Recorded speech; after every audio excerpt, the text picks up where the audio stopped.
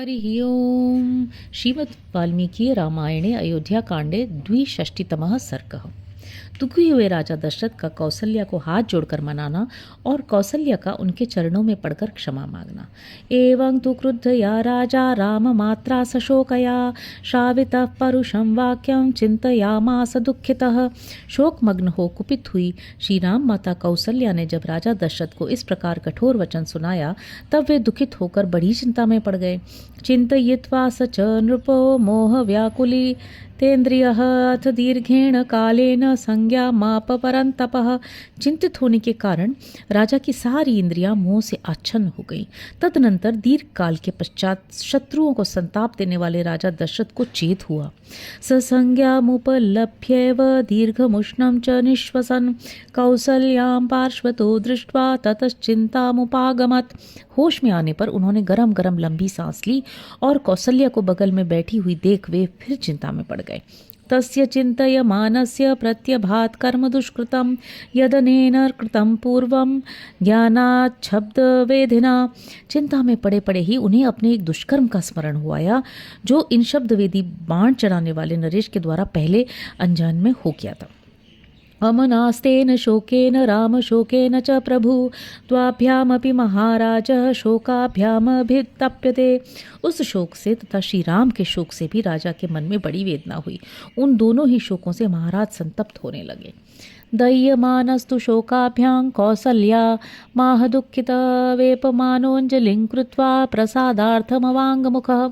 उन दोनों शोकों से दग्ध होते हुए दुखी राजा दशरथ नीचे मुंह किए थर थर कांपने लगे और कौसल्या को मनाने के लिए हाथ जोड़कर बोली, प्रसादये त्वां कौसल्ये रचितोऽयं मयाञ्जलिः वत्सला चानुशंसा च त्वं हि नित्यं परेष्वपि। कौसल्ये, मैं तुमसे निहोरा करता हूँ, तुम प्रसन्न हो जाओ। देखो, मैंने ये दोनों हाथ जोड़ लिए हैं।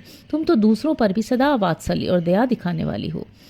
भर्ता तु खलु नारीणां गुणवान् निर्गुणोऽपि वा धर्मं विमृशमानानां प्रत्यक्षं देवी दैवतम।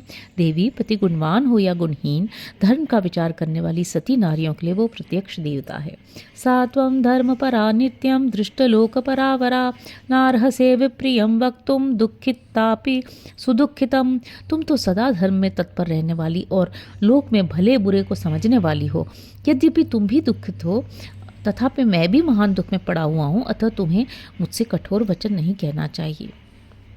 तद्वाक्यं करुणं राज्ञ श्रुत्वा दीनस्य भाषितं कौसल्या व्यसृजत् बाष्पं प्रणालीवनवोदकम्। दुखी हुए राजा दशरथ के मुख से कहे गए उस करुणाजनक वचन को सुनकर कौसल्या अपने नेत्रों से आंसू बहाने लगी, मानो छत की नाली से नूतन वर्षा का जल गिर रहा हो। सामूर्ध्नि बद्ध्वा द्रुदति राज्ञः पद्ममिवाञ्जलिं सम्भ्रमात् प्रभीत्रस्ता त्वरणं रमाणाक्षरं वचः। वे अधर्म के भय से रो पड़ी और राजा के जुड़े हुए कमल सदृश हाथों को अपने सिर से सटाकर घबराहट के कारण शीघ्रतापूर्वक एक एक अक्षर का उच्चारण करती बोली, प्रसीद शिरसा याचे भूमौ निपतितास्मि ते याचितास्मि हता देव क्षन्तव्याहं नहीं त्वया। देव, मैं आपके सामने पृथ्वी पर पड़ी हूँ, आपके चरणों में मस्तक रखकर याचना करती हूँ, आप प्रसन्न हो। यदि आपने उल्टे मुझसे ही याचना की तब तो मैं मारी गई। मुझसे अपराध हुआ हो तो भी मैं आपसे क्षमा पाने के योग्य हूँ, प्रहार पाने के नहीं। नैषा हि सा स्त्री भवति श्लाघनीयेन धीमता उभयोर्लोके पत्यास्या संप्रसाद्यते। पति अपनी स्त्री के लिए इहलोक और परलोक में भी स्पृहणीय है। इस जगत में जो स्त्री अपने बुद्धिमान पति के द्वारा मनाई जाती है वो कुल स्त्री कहलाने के योग्य नहीं है। जानामि धर्मं धर्मज्ञ त्वां जाने सत्यवादिनं पुत्र शोकार्तया तत्तु मया किमपि भाषितम। धर्मज्ञ महाराज, मैं स्त्री धर्म को जानती हूँ और ये भी जानती हूँ कि आप सत्यवादी हैं। इस समय मैंने जो कुछ भी न कहने योग्य बात कह दी है वह पुत्र शोक से पीड़ित होने के कारण मेरे मुख से निकल गई है। शोको नाशयते धैर्यं शोको नाशयते श्रुतं शोको नाशयते सर्वं नास्ति शोक समो रिपुः। शोक धैर्य को नाश कर देता है, शोक शास्त्र ज्ञान को भी लुप्त कर देता है तथा शोक सब कुछ नष्ट कर देता है।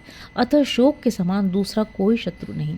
शक्यमापतितः सोढुं प्रहारो रिपुहस्ततः सोढुमापतितः शोकः सूक्ष्मोऽपि न शक्यते।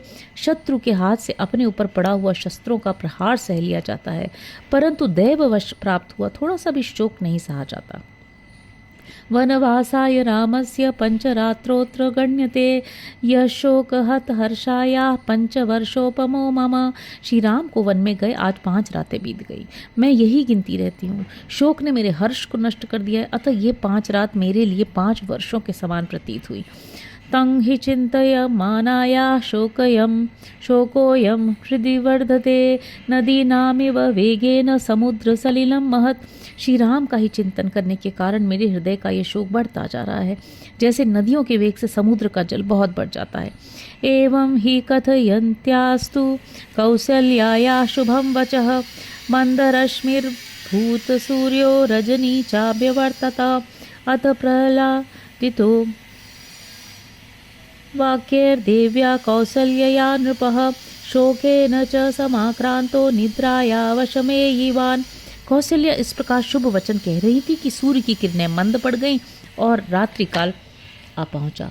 देवी कौशल्या की इन बातों से राजा को बड़ी प्रसन्नता हुई, साथ ही वे श्री राम के शोक से भी पीड़ित थे। इस हर्ष और शोक की अवस्था में उन्हें नींद आ गई। इत्यार्षे श्रीमद् रामायणे वाल्मीकिये आदि काव्य अयोध्या कांडे 62तमः सर्ग। इस प्रकार श्री वाल्मीकि निर्मित आर्ष रामायण आदि काव्य के अयोध्या कांड में 62वां सर्ग पूरा हुआ। 63तमः सर्ग। राजा दशरथ का शोक और उनका कौशल्या से अपने द्वारा मुनि कुमार के मारे जाने का प्रसंग सुनाना। प्रतिबुद्धो मुहूर्तेन शोकोपहत चेतनः अथ राजा दशरथ स चिंतामभ्यपद्यत। राजा दशरथ 2 ही घड़ी के बाद फिर जाग उठे। उस समय उनका हृदय शोक से व्याकुल हो रहा था। वे मनी मन चिंता करने लग गए। राम लक्ष्मण योश्चैव विवासाद् वासवोपमम् आपेदे उपसर्गस्तं तमः सूर्यमिवासुरम्। श्री राम और लक्ष्मण के वन चले जाने से इन इंद्र तुल्य तेजस्वी महाराज दशरथ को शोक ने उसी प्रकार धर दबाया था जैसे राहु का अंधकार सूर्य को ढक देता है। सभार्ये हि गते रामे कौसल्यां कौसलेश्वरः विवक्षुर सीतापांगीं स्मृत्वा दुष्कृतमात्मनः। पत्नी सहित श्री राम के वन में चले जाने पर कौशल नरेश दशरथ ने अपने पुरातन पाप का स्मरण करके कजरारे नेत्रों वाली कौशल्या से कहने का विचार किया। स राजा रजनीं षष्ठीं रामे प्रव्रजते वनम अर्धरात्रे दशरथ सोस्मरत दुष्कृतम कृतम। उस समय श्री रामचंद्र को वन में गए 6ठी रात बीत रही थी। जब आधी रात हुई तब राजा दशरथ को उस पहले के किए हुए दुष्कर्म का स्मरण हुआ। स राजा पुत्र शोकार्त स्मृत्वा दुष्कृतमात्मनः कौसल्यां पुत्र शोकार्तामिदं वचनम अब्रवीत। पुत्र शोक से पीड़ित हुए महाराज ने अपने उस दुष्कर्म को याद करके पुत्र शोक से व्याकुल हुई कौशल्या से इस प्रकार कहना आरंभ किया। यदा चरति कल्याणी शुभम वा यदिश्वा शुभम तदेव लभते भद्रे कर्ता कर्मज मात्मनः। कल्याणी, मनुष्य शुभ या अशुभ जो भी कर्म करता है भद्रे, अपने उसी कर्म के फल स्वरूप सुख या दुख कर्ता को प्राप्त होते हैं। गुरुलाघवमर्थानामारम्भे कर्मणां फलं दोषं वायो न जानाति स बाल इति होच्यते। जो कर्मों का आरंभ करते समय उनके फलों की गुरुता या लघुता को नहीं जानता, उनसे होने वाले लाभ रूपी गुण अथवा हानि रूपी दोष को नहीं समझता, वह मनुष्य बालक कहा जाता है। कश्चिदाम्रवणं छित्त्वा पलाशाश्च निषिञ्चति पुष्पम दृष्ट्वा फले कृष्णु सशोचति फलागमे। कोई मनुष्य पलाश का सुंदर फूल देखकर मन ही मन यह अनुमान करके कि इसका फल और भी मनोहर तथा सुस्वादु होगा, फल की अभिलाषा से आम के बगीचे को काट कर वहाँ पलाश के पौधे लगाता और सींचता है। वह फल लगने के समय पश्चाताप करता है। अविज्ञाय फलं यो हि कर्म त्वेवानुधावति स शोचेत फलवेलायां यथा किंशुक सेचकः। जो क्रियमाण कर्म के फल का ज्ञान या विचार न करके केवल कर्म की ओर ही दौड़ता है, उसे उसका फल मिलने के समय उसी तरह शोक होता है जैसा कि आम काटकर पलाश सींचने वाले को हुआ करता है। सोहमाम्रवणं चित्वा पलाशाश्चर्यशेचयं रामं फलागमे त्यक्त्वा पश्चाच्छोचामि दुर्मतिः। मैंने भी आम का वन काटकर पलाशों को ही सींचा है। इस कर्म के फल की प्राप्ति के समय अब श्री राम को खोकर मैं पश्चाताप कर रहा हूँ। मेरी बुद्धि कैसी खोटी है। लब्ध शब्देन कौसल्ये कुमारेण धनुष्मता कुमार शब्द वेदीति मया पापमिदं कृतम। कौसल्य, पिता के जीवन काल में जब मैं केवल राजकुमार था, एक अच्छे धनुर्धर के रूप में मेरी ख्याति फैल गई थी।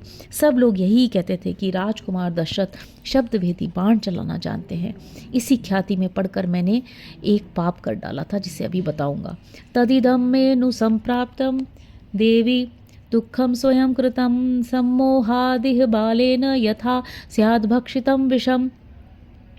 देवी, उस अपने ही किए हुए कुकर्म का फल मुझे इस महान दुख के रूप में प्राप्त हुआ है। जैसे कोई बालक अज्ञानवश विष खा ले तो उसे भी वह विष मार ही डालता है, उसी प्रकार मोह या अज्ञानवश किए हुए दुष्कर्म का फल भी मुझे यहाँ भोगना पड़ रहा है। यथान्यः पुरुष कश्चित् पलाशैर्मोहितो भवेत् एवं मयाप्यविज्ञातं शब्दवेद्यमिदं फलम। जैसे कोई दूसरा गंवार मनुष्य पलाश के फूलों पर ही मोहित हो उसके कड़वे फल को नहीं जानता, उसी प्रकार मैं भी शब्दवेदी बाण विद्या की प्रशंसा सुनकर उस पर लट्टू हो गया। उसके द्वारा ऐसा क्रूरतापूर्ण पाप कर्म बन सकता है और ऐसा भयंकर फल प्राप्त हो सकता है, इसका ज्ञान मुझे नहीं हुआ। देव्यनूढ़ा त्वमभवो युवराजो भवाम्यहं ततः प्रावृढनु प्राप्ता मम काम विवर्धिनी। देवी, तुम्हारा विवाह नहीं हुआ था और मैं अभी युवराज ही था। उन दिनों की बात है। मेरी काम भावना को बढ़ाने वाली वर्षा ऋतु आई।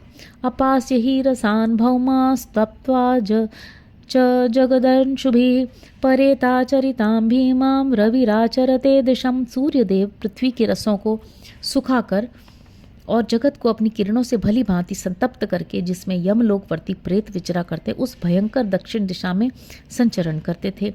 उष्णमन्तर्दधे सद्य स्निग्धा ददृशिरे घना ततो जहवर्षिरे सर्वे भेक सारंग बर्हिणः। सब ओर सजल मेघ दृष्टिगोचर होने लगे और गर्मी तत्काल शांत हो गई। इससे समस्त मेंढकों, चातकों और मयूरों में हर्ष छा गया। क्लिन्न पक्षोत्तरा स्नाता कृच्छा दिवपततृणः वृष्टिवातावधूताग्रान पाद पान भी पेदिरे। पक्षियों की पंखें ऊपर से भीग गईं।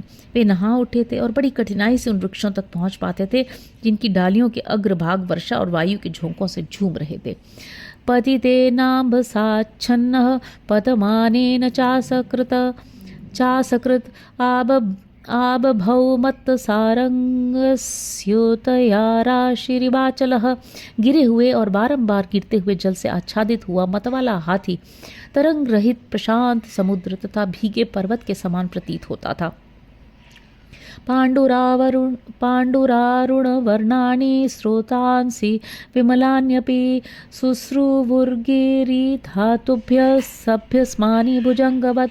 पर्वतों से गिरने वाले स्रोत और झरने निर्मल होने पर भी पर्वतीय धातुओं के संपर्क से श्वेत, लाल और भस्म युक्त होकर सर्पों की भांति कुटिल गति से बह रहे थे। तस्मिन्नति सुखे काले धनुष्मानुनिषुमान रथी व्यायाम कृत संकल्प सरयू मनवगाम नदी। वर्षा ऋतु के उस अत्यंत सुखद सुहावने समय में मैं धनुष बाण लेकर रथ पर सवार हो शिकार खेलने के लिए सरयू नदी के तट पर गया। हरि ओम।